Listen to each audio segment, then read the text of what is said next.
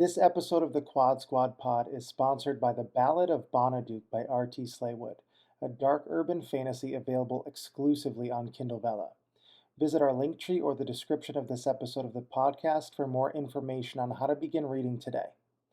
Now let's start the show.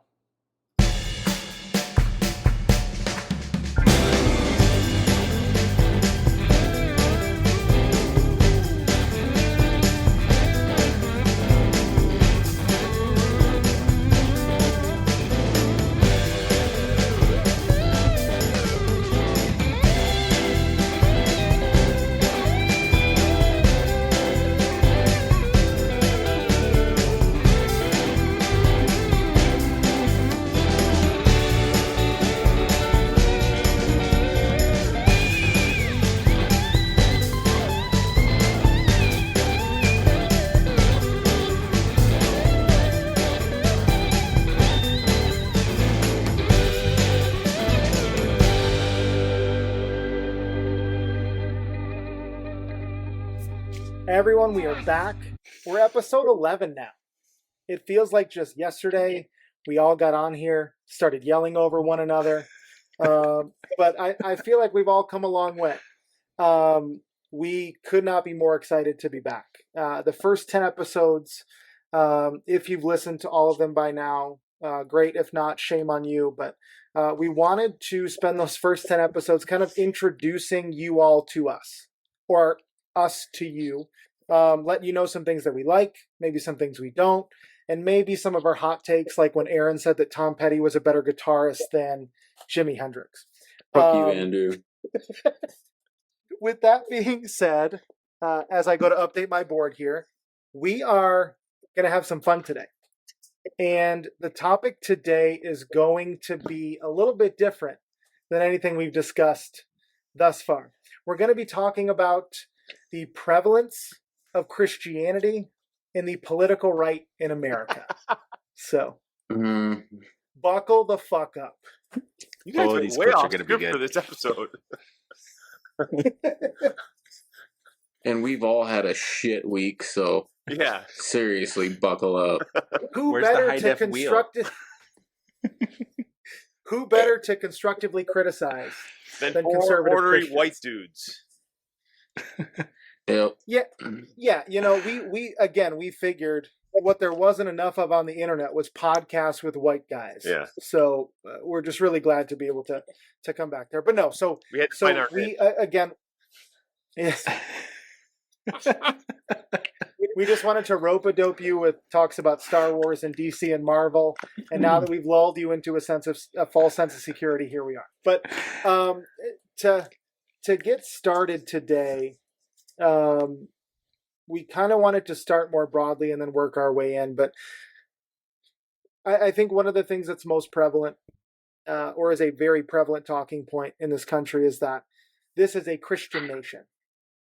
And I just want to point things out for a lot of Americans who don't seem to understand that we have never been, nor are we currently, a Christian nation. It's specifically written into the Constitution in the First Amendment. I know it's not the Second Amendment, so a lot of people get confused there, but freedom of religion. We are not a Christian nation. You are not forced to be Christian. You are able to do whatever you'd like. And the Founding Fathers were completely against this being a Christian or any religious nation. They were against it. And when people say, our forefathers wanted it, it's like, no, they not only did they not want it, they were extraordinarily specific about it. Like, they couldn't have been any more specific about it than they were. So Paulie and I were talking about this before you guys jumped on, and I have an article pulled up from the Harvard Political Review, and this dates back to 1644, where this was a talking point. So I'm just going to read you a quick excerpt from this article. It says, "It is no question that the United States is a nation of at least nominally religious origins, and one that, upon its founding, housed numerous Judeo-Christian minorities, Puritans, Quakers, Baptists, Jewish people, among others, face intermingled, shared characteristics, and interacted with their governments overtly only to the extent that they would be allowed to maintain their religious freedom. Indeed, notions of limited interaction between religion and government in the United States date as early as 1644, with Roger Williams' promulgation of a wall of separation between the church and worldly affairs. So this country became a country in 1776. Over 130 years prior, they were already talking about how they wanted to separate the church and the state. I can see that conversation. It goes back, like at the bar, like no matter what happens, we have to make sure that like religion and politics kind of like stay out of this conversation together. Like no matter how many Sam Adams we have at the bar tonight, make sure this doesn't happen. There's Steins, but yet here we are, and we've got a Supreme Court that is taking women's rights away based on Christian values and religious arguments. Yeah. And I think that's where one of the other things I wanted to bring up was the idea of sin, right? So sin is and this is a term that gets thrown around all the time now as a way to sound like pseudo-intellectual. So let me put that hat on. Sin is a social construct, right? So sin was created to determine what was moral or immoral, or evil or not evil. But the thing is, sin exists within Christianity. But for people who are not Christians, sin is not something that governs their life. Right? This is an argument that's been had about, like, without religion, how would you know what's okay and what's not? Like, some of us are comfortable in the fact that we know we wouldn't murder someone without the 10 Commandments. It's not something everybody needs. But they want to force that sin and what's evil on everybody else. The people who talk about not wanting the existence of people who aren't straight, white, heterosexual people shoved down their throats are shoving their religion down everyone's throats, telling them they're evil, they're going to go to hell, you're a sinner, this is wrong, all when they're not governed by the same principles. And I think that at its foundation is, I mean, there are so many issues like we talked about before we even started filming. But well, and there's a problem when our governing bodies today, we have people in Congress right now using the word demonic and it's all conspiracy theory, but it sounds good. The demonic left. All they need is clips. All they need is sound bites. Sometimes, I mean, if you look at a majority of like the I don't know about your Twitter because we were talking about it earlier, but like I get tons of shit I don't follow, and it's all right wingers, and I see this crazy shit they post, and every single one of them is from the Conservative Post or the Conservative something or other or Conservative Daily or something like that. They're not like real websites. They're just like they're websites that publish stuff every day, and then Dinesh D'Souza or like those two ladies who aren't actually in a body of government in Florida. They always Laverne Spicer and stuff like that. Like they always tweet this stuff, and then they have that article underneath. And the closest they get to real news is like using like a Newsmax or like a Real American News article that like is almost there. But other than that, like, well, like if you read the title, it's fucking ridiculous. Well, any of us could put up a WordPress blog in 45 minutes, and it would be a website. It would be a place that has words on a page. I could cite it, but that doesn't mean any of it is legitimate. Yeah. There's something I just saw, and I don't know where. Maybe I lost this article, but I think it was the 2020 election. There were a number of people or a number of clergymen and women talking about how the results of the election were demonic, like you talked about, Aaron. So it's so it just that it I don't even have the words to describe the frustration surrounding that, but it really is. It's like the base is so. It's so shallow. Like if you're fishing for ways to engage a conservative Christian base, you're not getting to your ankle bone if you step into the water. Oh my God. It is like demonic, evil, groomer, indoctrination, which is the best part. Because if you think about Christianity, if you think about parents who take their children to church, these children never have a choice as to whether or not they want to go to church. They're just brought to church. They are led to believe this is how it should be. And so many people that I have made friends with, some of which I'm very close with, some of which are even in this chat, are people who were brought to church from a very young age and who were made to believe this is what's right and this is what's wrong. And yet the trauma that has caused is so deep that they spend their entire lives trying to undo it, successfully or not. Undo it. Dude, on the note of deconstructionists, like we're talking about right now, and all the evangelical deconstructionists like that we know on TikTok or Twitter or whatever it might be, it's like the people that argue the hardest with them and like really aggressively like attack them or call them names or try and dox them are like Christians. And you can tell that the only reason they even bother, like, nothing, the only reason they're so amped up about it is because they're afraid that what that person is talking about is right. They're like, there is a deconstructive value to this. Like, you don't have to live your life that way. And they're afraid to do that because that's the way they've lived their life. I don't know any other way. And that's got to be terrifying. I mean, every single deconstructionist I know always says that. They're like, listen, this wasn't easy. I didn't get here overnight. This took years and years and years of understanding what I was taught my entire life that was wrong. And that's got to be the hardest part. Well, and in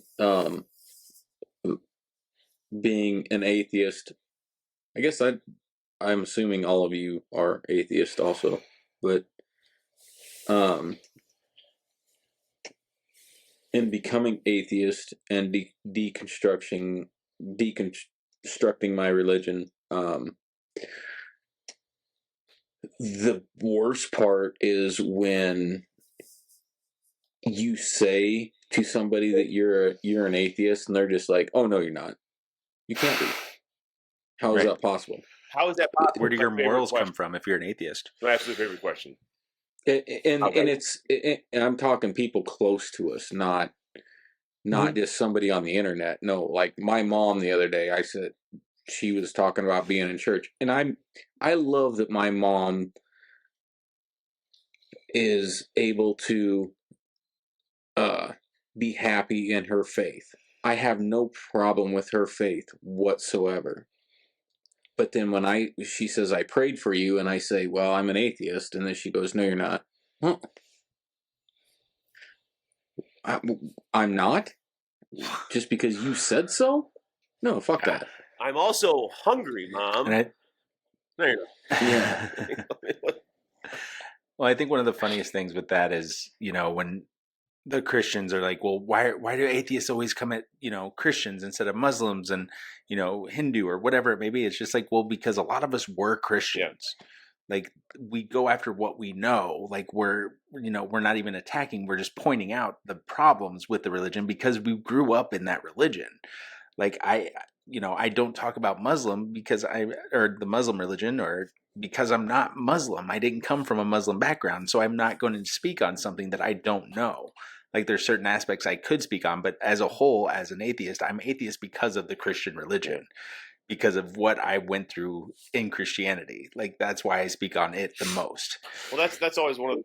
Well, and it's not Islam. It's not Islam. It's not Buddhism. It's not any other religion that is starting to make laws in this country. Starting? Yeah, making laws in this country. Continuing to make laws. It's Christianity. Christianity is the only thing that is preying upon our government, and that's it. It is the fact that religion and that religious ideology is used as the justification for the bigotry. Because it's not bigotry, these are my religious beliefs. I should be able to express them however I would like. When they are clear, like if you just took the religion out of it, and if it was you're gay, or you are trans, or you are marrying someone who is of a different race, or whatever it may be. And I don't like that. I don't believe that should be the case. And it's not because I'm Christian and I were just to say that. It would be bigotry.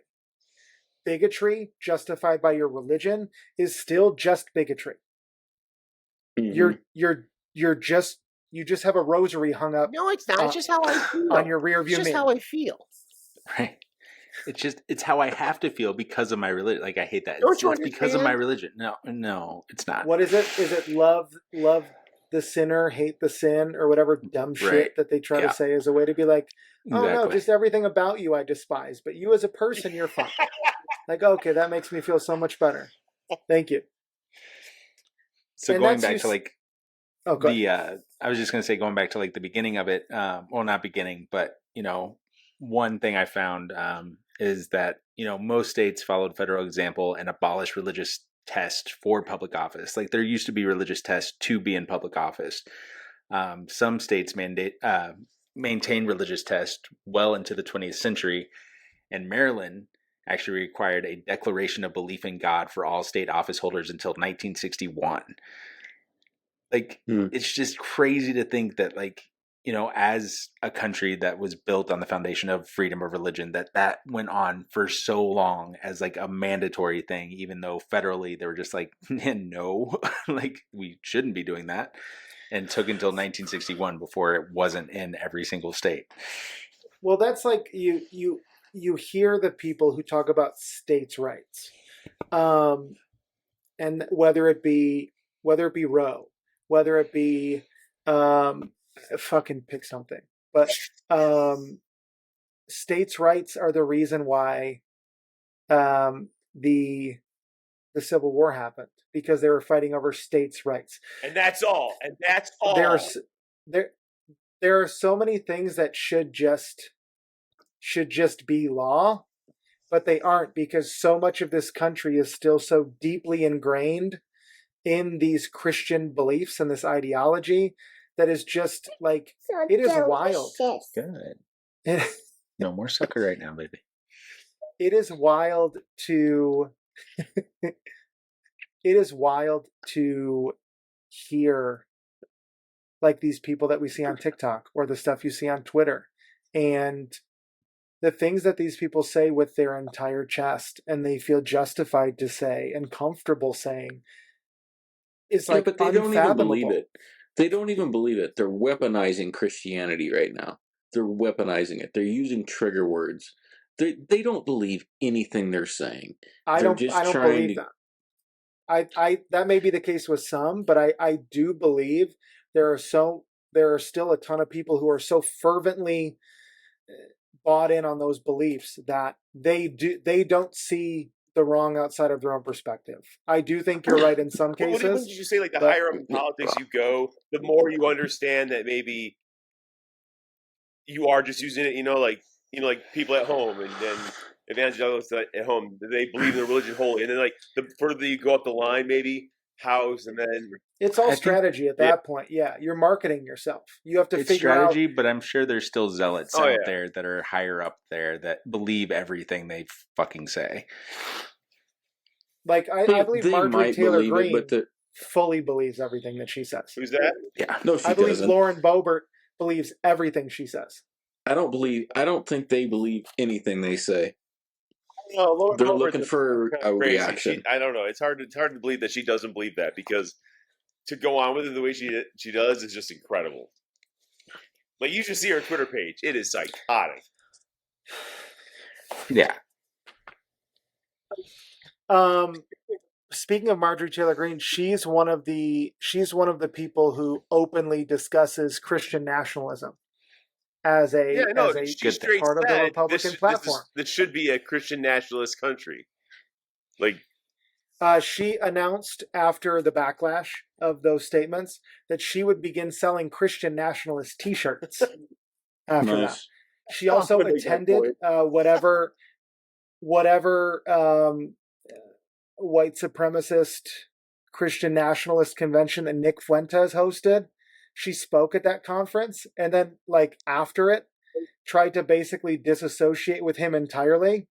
Like, people would reference that, and she would try to, like, deflect or change the conversation. And, like, tried to make it like she wasn't there, like she didn't speak at it. Like but there were tons of pictures of her there, or video of her speaking at said conference. Oh God, why'd you make me get on Twitter? Oh my God, it's so we need awful. to be the party of nationalism, and I'm a Christian, and I say it proudly. We should be Christian nationalists. Green said in an interview while attending the Turning Point USA Student Action Summit in Florida. And if you look into Turning Point USA, it's like of the most psychotic cult shit ever. Turning Point USA is where Charlie Kirk works. And for those of you who have never seen Charlie Kirk, he looks like a normal person. And then if you just took his facial features and pushed them in like the 12% in the middle of his face, it's like a TikTok filter. But there are so many people like Charlie Kirk, like Ben Shapiro, like Steven Crowder, who go, and there are people on the left who do the same thing, and they're all asinine. They go to sit at a table and talk to some 18-year-old college student who's a freshman who doesn't even know what their major is going to be, and they're all just taking their general studies. And then they like get into a debate with them, and it's like Ben Shapiro owns a liberal college student, and there's this whole corner of the internet that's dedicated to like just these grown adults conversing with effectively people who were in high school 3 months ago, and assuming there is some intellectual superiority there, like that's anything to hang your hat on. It's one thing after another. The Ben Shapiro clips are my favorite to go on the ones he's starting to lose to those 18-year-olds. You know, like he's starting to because they've been watching him. They've been watching him, and like the last few I've seen, it's like he can't talk fast enough to slow them down. They're like, "Oh yeah, well," and they just come right back at him, and they find some sort of way to muddy the waters and then get out when he's like still quote unquote ahead. Right. Have you ever seen the video when he goes on CBC? It's either BBC or CBC. It's BBC. So it's either BBC. And he's got like this adult man in his 60s who's interviewing Ben Shapiro, and he's not giving him an out.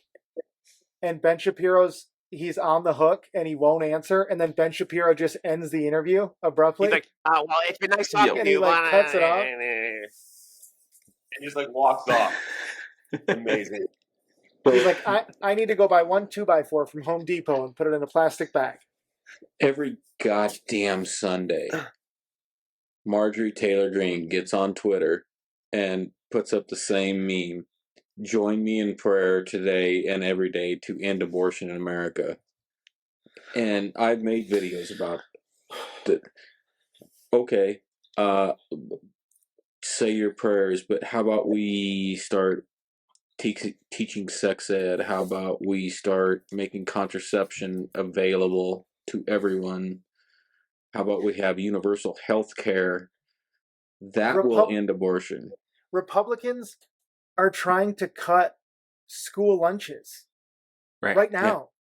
Yeah. You think if we get rid of abortion and there's more kids out there, there's going to be a social safety net for those kids who are born into families at or below the poverty line? Like they're already trying to get. Well, I mean, those kids getting peanut butter sandwiches is just too much. They can't even have a peanut butter sandwich. They're trying to vote against free school lunches, which kids should have anyways. I'm just saying that we should make sure that's specific, so that like I'm just covering our asses, boys. Just covering our asses. But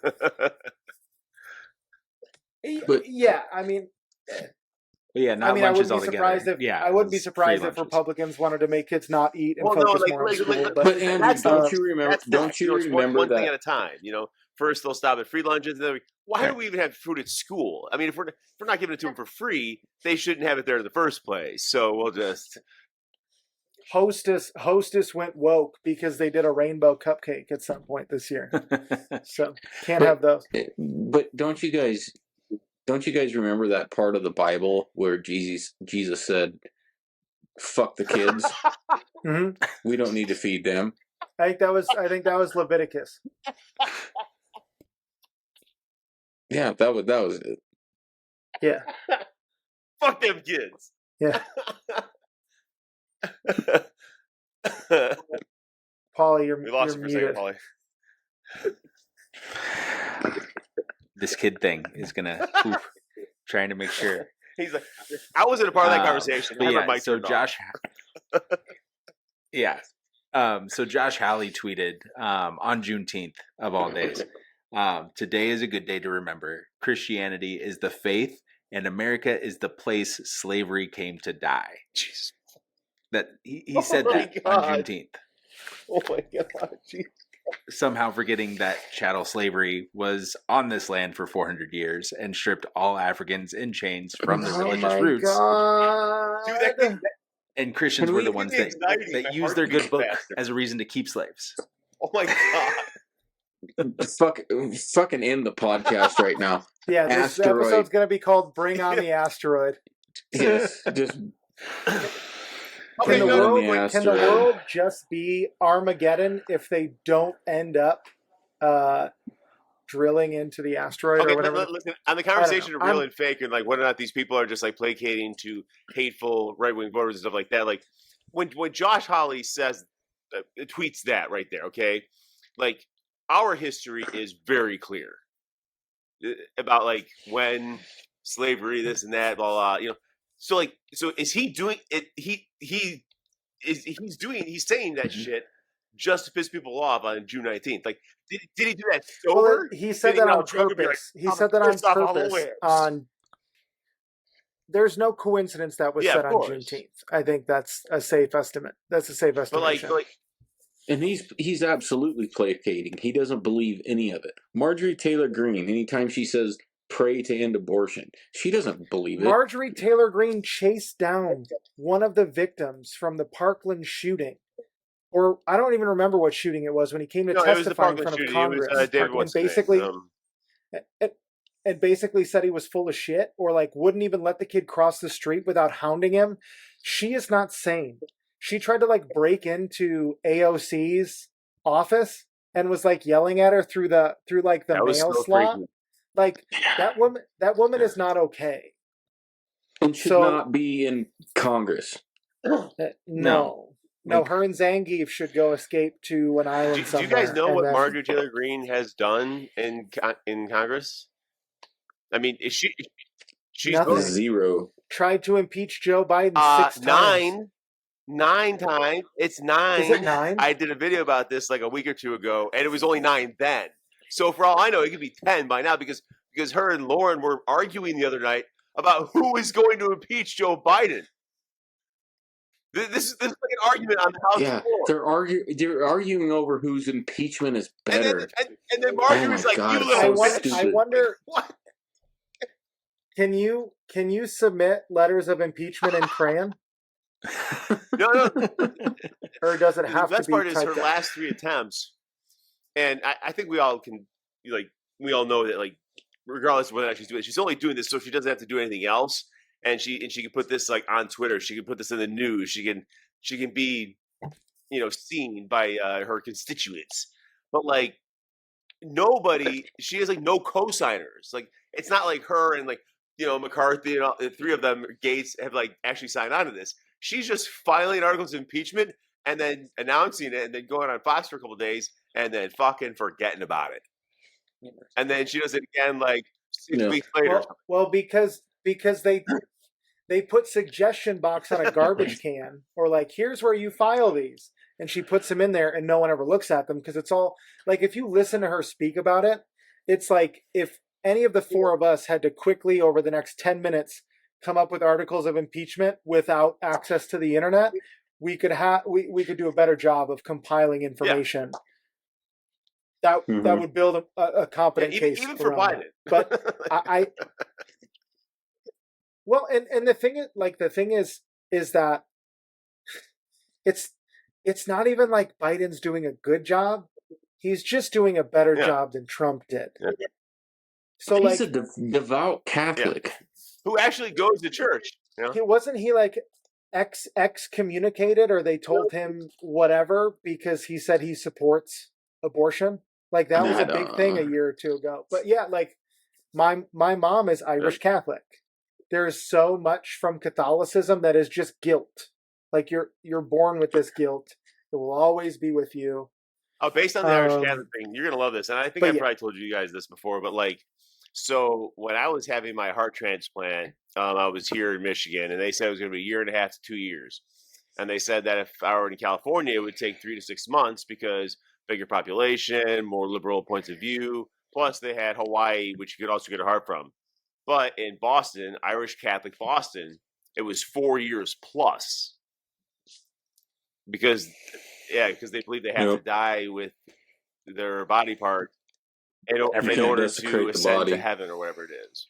So, like, just that belief, just that simple belief system stops people that they may care about, people like their grandmother or their uncle or something like that that's getting old and going to die, and they can't have heart transplants. Well, isn't that crazy?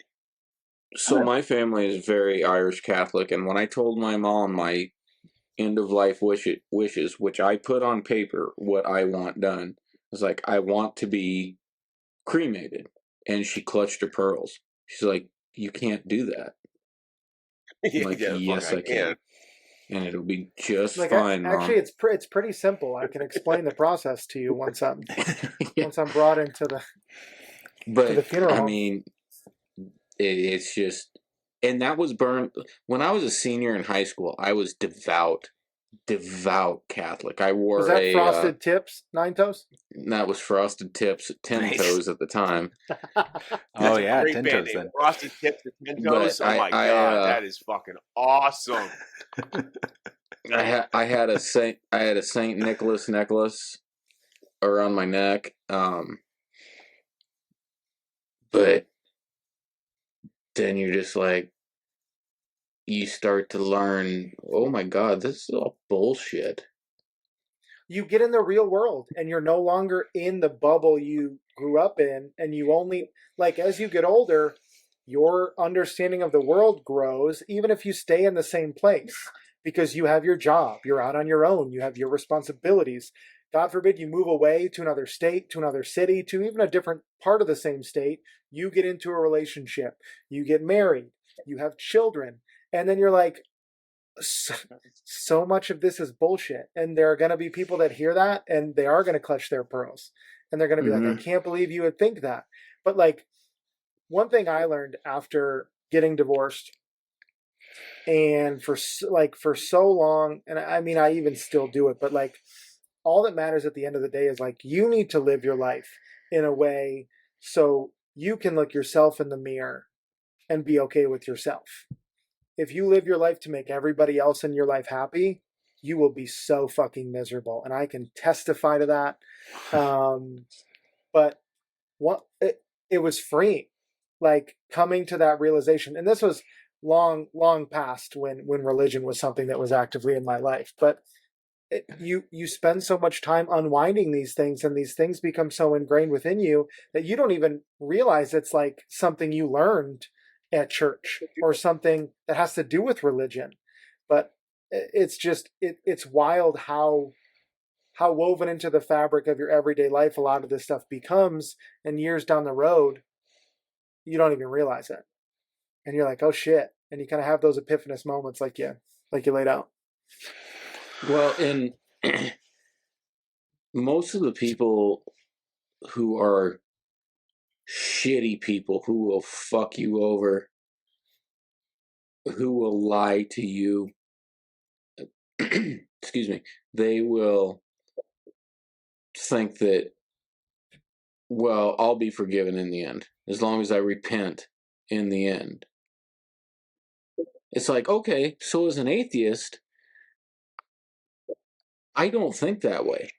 I just choose not to be a shitty person. I'm not going to lie to you. I'm not going to fuck you over. I don't have a get out of jail free card, so to speak. Yeah, right. Yeah, Andrew, you made this point earlier about like people who say like, well, how do you not do bad things if you're not afraid of God? And every time somebody says that, I'm like, holy sociopath, Batman. Like, the only reason you're not doing horrible things to people is because you're afraid of burning in hell for eternity. So what you're saying is that if you weren't afraid of burning in hell, we'd all be fucked, right? Like, imagine if we took other books this literally. Like, you're basing right and wrong and how you govern every moment of every day of your entire life around this mythical being who can see everything and hear everything all the time. And honestly, sounds a lot like Santa Claus. He sees you when you're sleeping. He knows when you're awake. You've been better. And honestly, one thing that I always harken back to is like, if heaven is the place where all the conservative Christians are going to end up, that's the last place I'd ever want to be. Send me to hell. Right. Yeah. Nobody wants to be there. And I think we need to swing this back maybe a little bit. We probably should have started out this way, but just so everybody knows why I am an atheist, and I don't know why you guys got to that point, but I am an atheist. I was born and raised Irish Catholic and very much staunch Catholic until my 20s. And then the priest that told me if I did anything wrong for my entire life, or who taught me my entire life that if I did anything wrong, I was going to burn in hell, he ended up being a child toucher. And he touched my brother in the wrong way. So this is why that is where I started losing faith and deconstructing. I don't know where you guys when or where you guys lost faith, or even if you ever had it. I was lucky because I grew up with my parents not deciding for me at all. So like we said like a prayer before we went to bed, like now I lay me down to sleep or something like that. And that was it. We never went to church. When we did, it was for something like an Easter something or other, and there was grandparents involved or something like that, or when we were visiting like my mom's sister in Florida, like we'd end up at church with them sometimes. Or like eventually when I was visiting my father in Florida, I would very occasionally go with him if I was there on a Sunday. But like other than that, like my parents never said you have to do this, you have to do that, or whatever. And then I started going like I'm from a rich white neighborhood, so there's obviously a Catholic school that everyone came from middle school to go to the high school, and they were all almost exactly talking about what everyone was talking about, and they can just redeem themselves every Sunday, you know. And I remember walking by a locker of a bunch of kids that were clearly still kind of dressed the same. So like they had all just come from that school where you had to wear like khakis and a blue Oxford shirt every day sort of thing. There was like, they hadn't separated enough during high school to like find their own ways. But like, I remember them talking about something, this and that. And I was walking by and I heard them say, dude, it's all right. Sunday will come around, we'll repent, we'll be right back to normal. And like, they were just saying it. They were just like, yeah, that's what we do. So we can do whatever we want during the week. And this is like the first 9th grade. It allows them to like justify and those that was behaviors. when I started realizing that like you said, Aaron. I never really paid any attention to religion. Nobody I ever really known was that religious. Like some kids in my grade school or whatever, but like it was never pushed on me. Nobody ever said anything to me about it. And when I saw that shit, and then I saw more people being religious, and my Greek Orthodox Catholic friend that I had forever, I'm looking back at all the things that he said, like during our 25 years of friendship, I'm like, holy shit, that guy was an asshole and a terrible person. And he was religious and he hated fucking everybody. Now, I know they say that correlation is not always causation, or is it causation is, it's correlation is not always causation. But I think in the example you just cited, there may be just a little bit some correlation. And it's also consistency too. Like so many people like that. I mean, I know so many people like that, or I've met so many people like that, or I've heard from on TikTok in my comment section so many people like that, or it's like a stable of it's like they're like orcs. Okay, there's just a never-ending supply of them. They're all just fucking saying the same fucking nonsense. So, well, I think like you said and like Aaron said before, they find a way to justify the behaviors they're told are sins because they know they get to hit the reset button on Sunday, and start at zero. So I know for myself, my mom talked to me at a fairly young age. I don't know if I was like between 10 and 12 or exactly what it was, but she shared with me that she had brothers who were altar boys, and more than one had experienced a similar situation to what Aaron's brother had.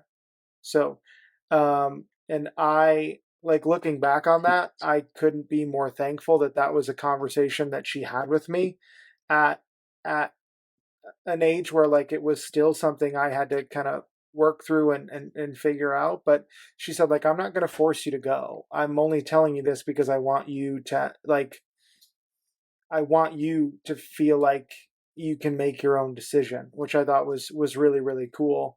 But again, we live in a country where these organizations and these churches are allowed to have molestation insurance. Like, that's a real thing. I thought that was a joke. But I had to look it up a number of times just to make sure. I kept like resetting my phone, being like, that has to be wrong. Yeah. The only place. Yeah. And we're worried about it, and we're screaming about drag shows. But yet churches get to have molestation fucking insurance. Well, and their whole excuse is like they'll be dealt with by God. It doesn't matter that it's happening. Like if they're in the wrong, they'll be dealt with by God is pretty much their whole excuse for never talking about it, but talking about the drag shows and, you know, transgender individuals and calling them the groomers when in fact that's the furthest thing from it. So for me, my religious background, I grew up Baptist. I had a uncle, my grandpa's dad or grandpa's brother, was a Baptist preacher in Kentucky. So you'd think that there would be some horror stories from that. But in reality, like he was probably, if anybody was going to make me stay a religious Christian, like he would have been the man. Like he was the epitome of a man that's by Jesus. Like he was a carpenter. Like he built houses. Like he, like in his, you know, spare time when he wasn't preaching every Sunday. And whenever I went to him, there was never any kind of like condemnation of me or myself. Like when I started getting tattoos and everything, like, you know, my grandma would be condemning me for it, and him and his wife, who were my favorite people in the world, like they would, you know, come and be like, oh, what's that tattoo like have meaning of, and all this stuff. Like they were very open people, for very opposite of what we see as far as Christians. And, you know, we all know there are good Christians out there. That's never been, you know, a thing that we've been against. But much like you, Bryce, I've, you know, it's never been pushed on me, like religion itself. Like we went every Sunday up until I was about probably 7 or 8. My mom got remarried, and we actually lived right next to the church that we ended up going to, which was a non-denominational church, which I feel like of all churches is like the most okay-ish one is the non-denominational. We're not going to get too specific here, all right? Like was very close. Yeah, we're just like, we got a book. But I would go over there all the time because they had the playground, they had a basketball court, like it was, you know, free reign to play over there. And, you know, I actually had the key to the church that they hid on church ground. So when I had to go to the restroom, like I would just, if I was closer to that door than our house, I would just, you know, unlock, go to the restroom. And sometimes the pastor would be there, and I would go into his office and talk to him. And like, it was never about religion. It was about how I was doing and all that stuff. So if it wasn't for outside sources outside of my family and, you know, the religious leaders I knew, I would probably still be a Christian. But seeing everything that's happened with politics and, you know, other parts, other denominations of Christianity, like Catholicism and other things, is like what made me turn away from Christianity. But as far as my background and why I became, you know, atheist, it had nothing to do with like my actual upbringing of Christianity. Well, and I think we need to reiterate for everybody here, if you have some sort of faith, no matter what religion, creed, cadence, we are not bashing you. We are talking about the four of us and what we believe and how we don't think that any of any religious belief should have any kind of impact on our government whatsoever. Yeah. Well, and I think like to try to put it as concisely as possible, it's the weaponization of your religious beliefs as a way to justify bigotry in any way. Like there's no problem with Christianity as a whole if it's not being used to weaponize or justify the bigotry that takes place. Right. And then one thing I did want to note, I know we talked about the four of us, but also early 1991, that was when Michael Stipe kind of, stepped away from Christianity. February 91 was when the song Losing My Religion was released. Sorry. God damn it. Did you see how hard it was for me to let you have that one? I had to do that. I was Fuck in on you, it. The Andrew. moment you said Michael Stipe, I was like, oh, Jesus. It's just me in the corner. No, ruling with the religion or trying to have it in politics is just fear mongering. That's all it is, and it's the easiest way to get people to pay attention. Yeah, well, and it's how corporate America is swaying things their way. Well, and it's so what's so interesting about that is like we are forced, we all have the boot of late stage capitalism on our throat, and we're forced to participate in this economic system that ultimately is about like how can you market yourself as a company to the broadest base possible, right? Like imagine being someone who is so triggered that a gay, lesbian, bisexual, or transgender person might be drinking the same beer as you. Mm-hmm. Not like in the same bar, but the company might also be marketing to them because they're trying to make the most money in this hellscape of late stage capitalism. And you're so triggered that you're going to go to the store and buy it just to run it over in your lifted pickup truck, or be Adam Calhoun and film yourself dumping it out in the garbage can and then drinking a Coors, who is a named partner in the Denver Pride Parade. Remember that guy I told you about who was at my bar a few weeks ago, and he was like, I'll take a non-gay Bud Light now. And Allie, my other bartender, she was like, leave right now. But like the fact that he had to mention that he had to say, I'm getting a Bud Light, but like I'm not gay, just so you know. But like Port has rainbows everywhere, and it's like a very inclusive, obviously a very inclusive place. But like the fact that he felt he had to do that, and anyone, what did he think was gonna happen? He was gonna come up and be like, "Yo, I'll take a non-gay Bud Light." I'll be like, "Dude, I was worried for a second. I thought you were just gonna order the regular Bud Light, but looking at you." Okay, that's the fridge on the left for those. Hey, all y'all out there in the bar, just so you know, this guy's straight, okay? Yeah, that's the non-gay Bud Light. Also, like someone coming to Ferndale of all places and being like, I'm going to spread my right-wing propaganda at a place that truly is like, I've been there with Bryce a few times, and it like the second you even get into the parking lot, you're aware that this isn't like your hole in the wall bar that Seabass from Dumb and Dumber is at like 6 days a week. Like it's not a bar where everybody's ordering Boilermakers, and all the bars on it are a rainbow, and there's also a giant Jenga, and every single block is a rainbow color. And the board of it is a rainbow color, like it's. And they all do the thing that the fembots did in Austin Powers when he starts to dance as soon as they see all the rainbows, and then their heads explode. It's he had a Budweiser shirt on too. I thought it was hysterical. But like I think that point is important that you mentioned, Aaron. Is like this isn't to say that this is like the Hit Dogs Holler portion of what we're talking about here. Is like this is not to say that Christianity as a whole is all bad, because I have met people, as we all have, who are Christian, who love everyone and actually do the things Christianity, actual Christianity as it was intended. Yeah, and those people are not who we're talking about. So I do think that's important to note, because whenever we have any conversation, whether it be about Christians or boomers or millennials or anybody, or or Gambit from the X-Men, noted member of the DC universe, it's always like, well, that's not what we're doing. We don't need anyone to not all men Christianity, or not all white people Christianity. Like, it's just the same as weaponizing listen to what anything. we're saying. You know, if it doesn't apply to you, you make it ugly. You know? Let it go. Right. Yes. And according to the Pew Research, 45% of American adults say the U.S. should be a Christian nation, but 2/3 of U.S. adults say churches should keep out of politics. So that's a really weird, like, I don't understand how you would expect us to be a Christian nation, you know, because obviously 2/3 is more than 45%.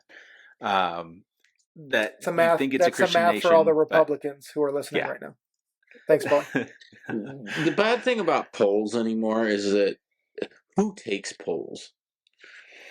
Old people that are just sitting in their houses. Skiers do.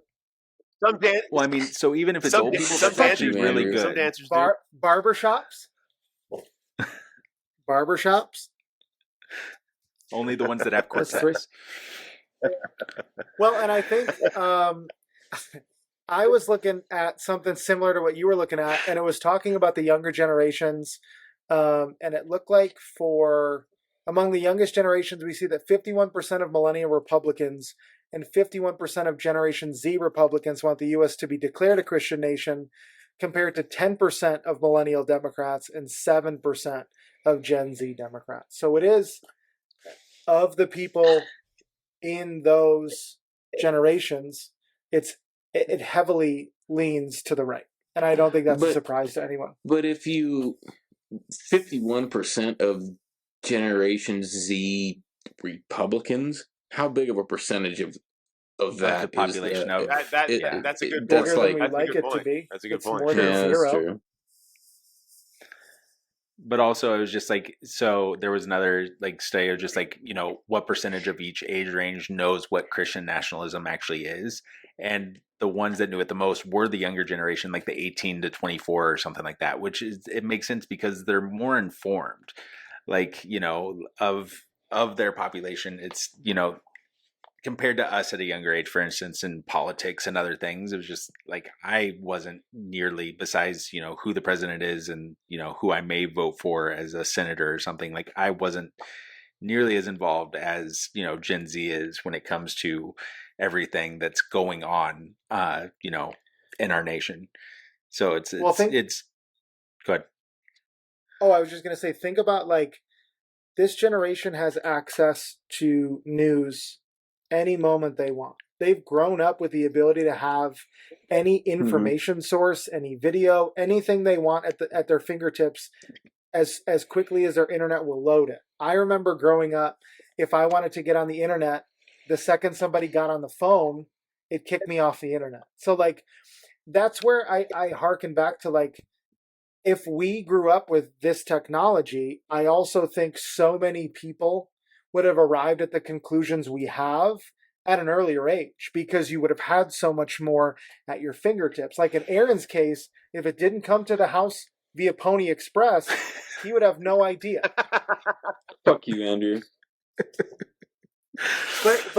But on a serious note, and I think that's it is good to see that, like, the younger generation is taking advantage of that, and they are active in ways that we weren't able to organize and do these things in the ways that they can, and we can participate now. But it's awesome to see the activism from Gen Z, from Gen Alpha, who's right behind them. I think it's really cool, and that's why something like TikTok, the government or certain people in the government want to do away with it. You look at the Democratic members of the Tennessee House that they expelled. Yeah. And somehow the white woman kept her seat, but the two young black men were expelled. And they had people in the House like the same day. Yeah. So just to be able to do that and to be able to organize efficiently and effectively, You can't do that on Facebook. You can't do that on any of these other platforms. So it's a lot, but I think there's some good that can be had from it, certainly. Yeah, it's just the way of consuming, because obviously we had the internet, going into those teen 20s years, but like the way you're able to consume, news and everything is because it was basically pulling up articles that were in the newspaper is all you got to do. Like, was the most, if the newspaper you wanted to read from actually had a website, versus now where it's just like you have your favorite, not only commentators, but ones that like, write for those newspapers, but also have their own blogs and TikToks and whatever it may be, or Twitter, or exclusively digital. Like, so many journalists are no longer at newspapers because, let's be honest, who the fuck is reading newspaper anymore? Besides the top like 5 newspapers in the country. Well, and then you can read them digitally as well. Like, you can just subscribe to the Wall Street Journal online or wherever online. Like. But yeah, I think that's certainly important to note that, like, whether it be videos, whether it be articles, whether it be whatever, like, nothing was up the way it is. Like, it's wild to be able to watch something trend on Twitter, or to be able to watch something trend somewhere and watch everything that goes along with it. To be able to watch January 6th live and see all the tweets and all the information that was coming out. That was such a surreal moment. I remember they gave us the rest of that afternoon off of work, and they were like, we'll just call it a day. And it was like, to not even, it was just such a, like, out-of-body experience. That was just a protest. It was just a guided tour. I love how Tucker Carlson came up with that, like, fuck you, Republicans. 3 or 4 months after all the footage had been released. He just showed that little bit of footage of people touring. He's like, see? What was all that other nonsense? That was a... Yeah, like, don't mind the ones who smeared their shit on the walls. Or the ones that beat a police officer with an American flag. That footage was put out months ago, so it's obsolete now somehow. And here's us just walking through the aisles. And they all talked about how it was Antifa and all this, but yet they censor Adam Schiff, who is working on all the January 6th stuff, and they demonize and vilify the January 6th committee, and they try to undermine it. So it's like, did Antifa do January 6th? And if so, why are the Republicans so against anything from the January 6th committee coming out at all? And, like, is it Jack Smith is the district attorney? He's a prosecutor, yeah. He's about to drop these fucking 300-page indictments. Yeah, that guy's on not all of fucking them. Around. There was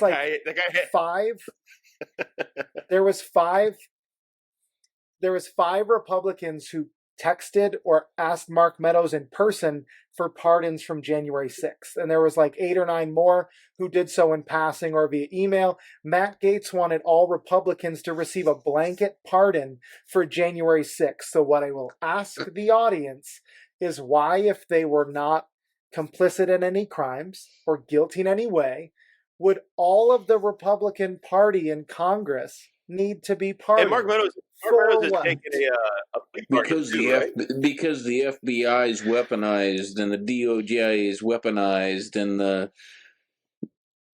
Also, to be clear, Matt Gaetz wasn't at January 6th because that was all happening at about 2:15, and that's when his girlfriend gets out of high school. So he had to go pick her up.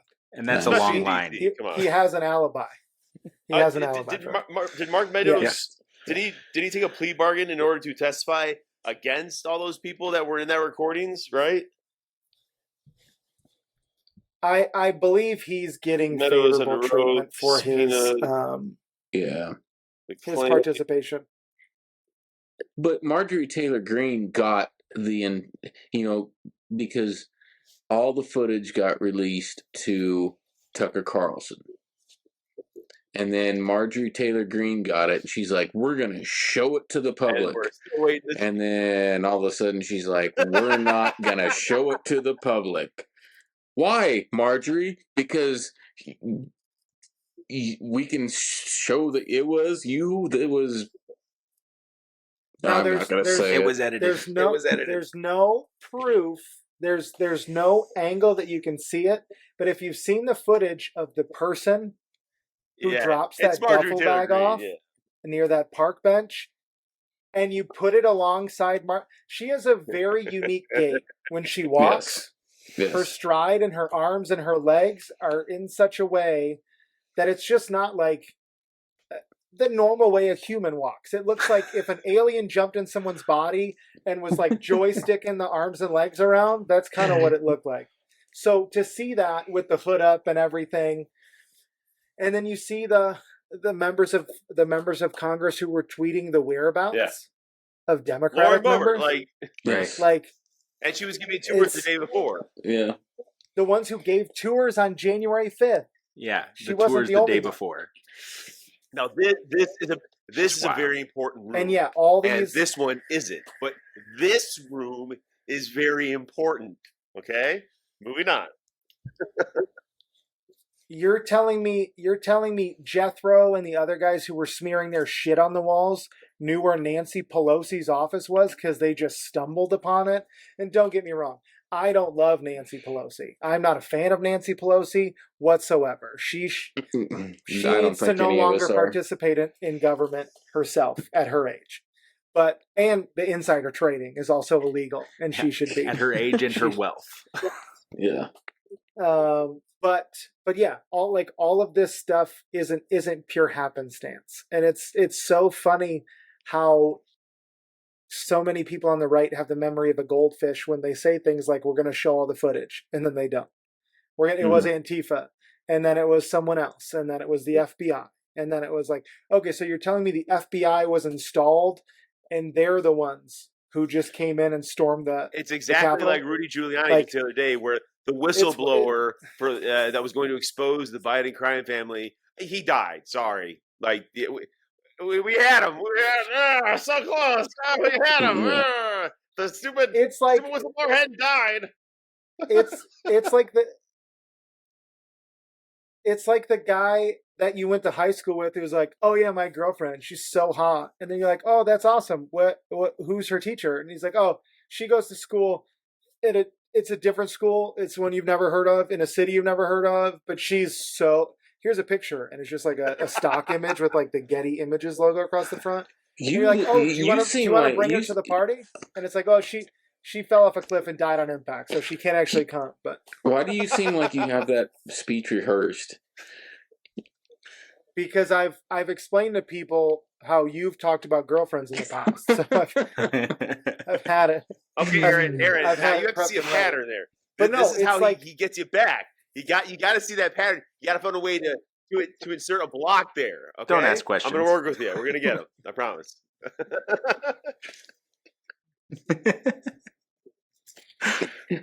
One of these days, it's going to be a fuck you, Aaron. It's like we've had one or two of those, but it's like Aaron is metaphorically just gently putting that ball right on the tee when he says things like that for me, and I'm just like, because I see you sitting there like, have you say it, do it. Everybody listening knows that I just tee you up, Andrew. But Bryce, this is canon. You can't say anything. Do not fuck this up for us. Bryce has got all fifth wall on us. What the fuck? It's that one of my favorite gifs that's available in iMessage is the one where it's Jack Nicholson from The Departed, where he's going like this, and then it just zooms in on his face, and it gets so aggressively close. That's me as Aaron is asking these questions that I'm already like, yep, 3 words in, I know how this is gonna end. Yep. Lining up the next comment. Hard man 333 coming in. Oh, just for good measure, fuck you, Andrew. There we go. Are they going to give him the green light? Is that a 68-mile-an-hour fastball? Just right down the middle of the plate?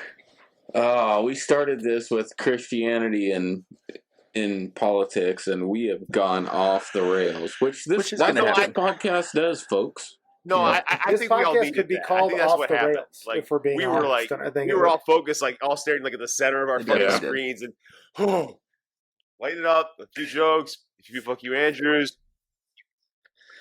There were hardly any fuck you, Andrews. Like, it wasn't going well. We were actually we're points fine everything, now, which is the worst part.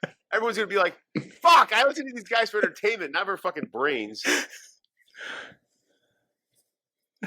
which is why I want to say you're welcome for the Michael Stipe losing my religion reference that I slid in there a few minutes ago. That was so awful. Shut up.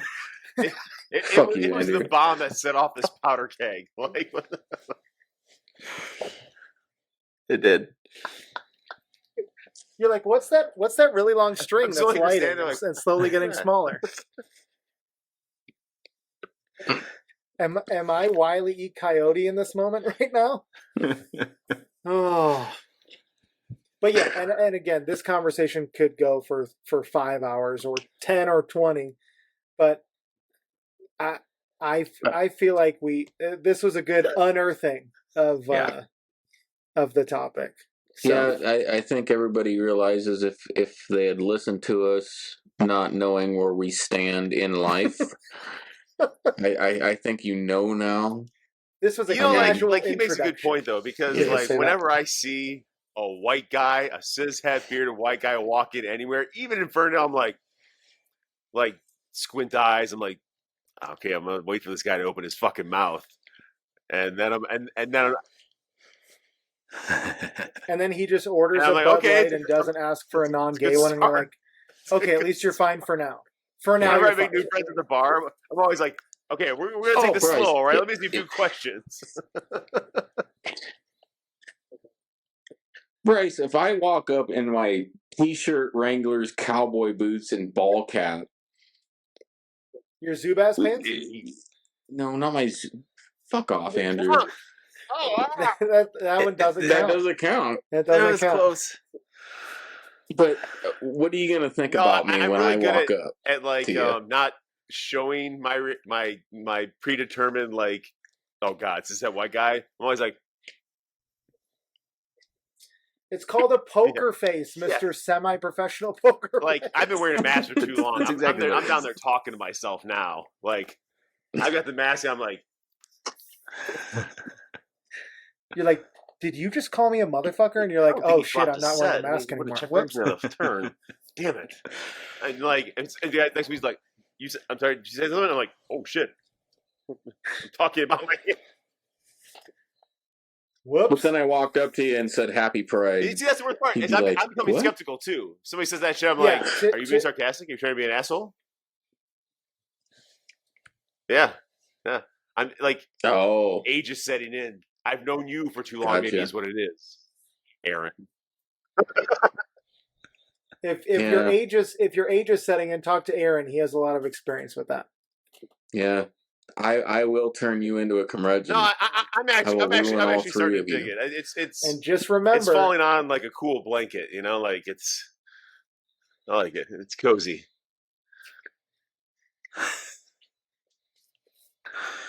Stay tuned for our next episode when we talk about giving men dating advice on the next episode of Four Guys with a Podcast.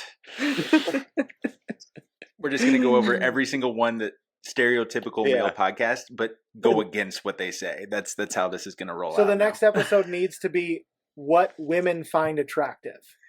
Let's tell men what women find attractive. Well, no. You see what he's doing there. He's not saying it the other way around. He's saying the way it should be. We're doing it. But yeah, but we're going to be perfect for that episode. We got one married guy who's got a bunch of kids, one divorced guy who's got a bunch of kids, fucking Aaron, and then me.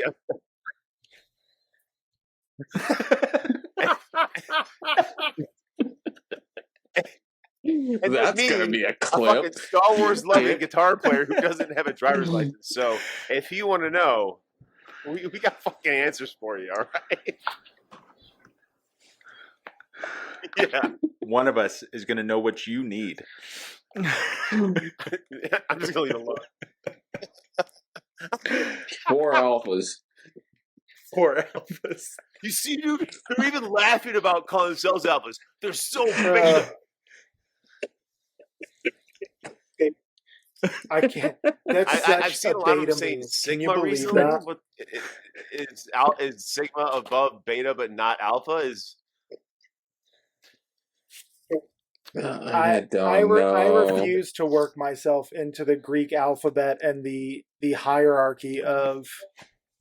Let's see. A Sigma male is a man who is autonomous and nonconformist and who does not fit into cultural or traditional gender stereotypes. Wait, so Sigma means gender is a spectrum. So if they say they're a Sigma, they're acknowledging that gender is a spectrum, and it's not a binary. Beautiful. How amazing is that? Okay, beautiful. Like, that's the best thing to come out of this podcast is finding out what Sigma means. And I love how it's just like, God, I love this so an much. individual that's able to make his own decisions is a Sigma, and they're like, fucking Sigma males. Like, wait a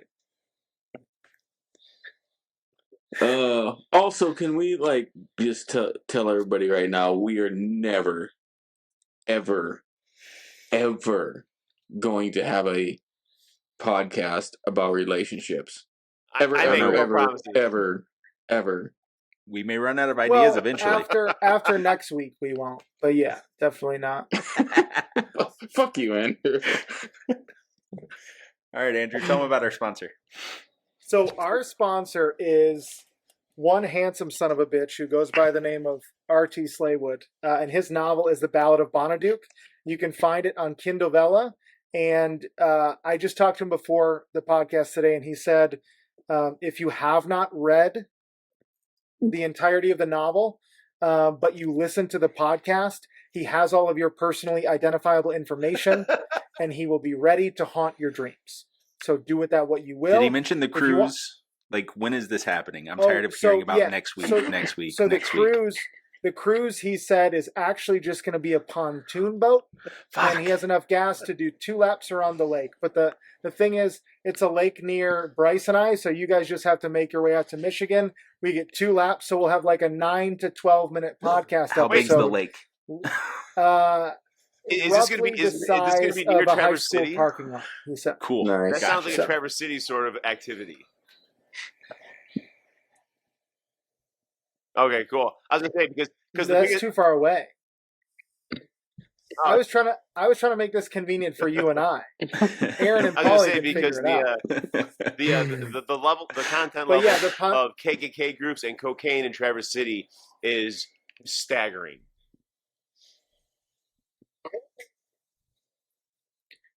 I don't really think at the moment I'm interested in either of those. But if that changes, Traverse City could be. But the one thing I didn't include was that the pontoon boat was at the bottom of the lake until it was dredged out, but we put Flex Seal all over the bottom of it. And I don't know if you guys have seen the commercials, but Flex Seal can hold anything. So looks like it floats. We'll let Aaron get on first, and that way we'll determine whether or not it does. But yeah, so I'm a good swimmer. R.T. Slaywood, The Ballad of Bonaduke, Kindle Vella. It's available there exclusively. It's in our link tree. It's going to be in the description of the episode. You can find him on TikTok as well. He's hilarious, objectively. Outside of the novel, his videos make me cackle just about every time I see him. He is a very funny person. And we're going to say on the podcast that we're not just saying that because he's sponsoring us, and you can decipher whether or not we actually feel that way. But because we're being paid to say so, we're definitely not just saying that because we're being paid to do so. And I think that about wraps it up. We got 7 of these boys in the episode here, and I think there's one more we need before we can call it a night. Visit the link in all of our bios on our social medias. We've got the Redbubble merch store that Polly has worked very hard on. Has anyone bought a shower curtain yet? I wasn't going to bring it up, but bullshit. We're getting someone to buy that shower curtain. Definitely going to bring it up. Fucking raised. I'm all in. That was like the way you looked over. You're like, well, I wasn't going to bring it up, but. Did you see him bat his fucking eyelashes? He was like the Bill Hader thing. I wasn't going to bring that.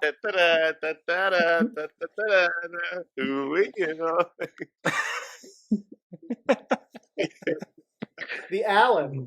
I love that skit. But if you do want a shower curtain with all of this all over it. Oh. You know what's terrifying? You know what, Aaron, I don't think you realize is that if somebody's just listening to this and not watching it, that is going to sound way worse than it looked. Yeah. If you want some of this. Well, it looked to be clear. So. Hey, follow us on YouTube, folks. Get the and full experience. And there goes the sound of the audience drying up to levels that we've never seen before. Oh, nailing it at the end. Fuck you, Andrew. Yeah, we're closing out strong. Okay, we got 9. That's probably it. Yeah, before, that's probably good. But thank you for listening. Anybody else have anything to add? I'm still 7. Nope. Well, as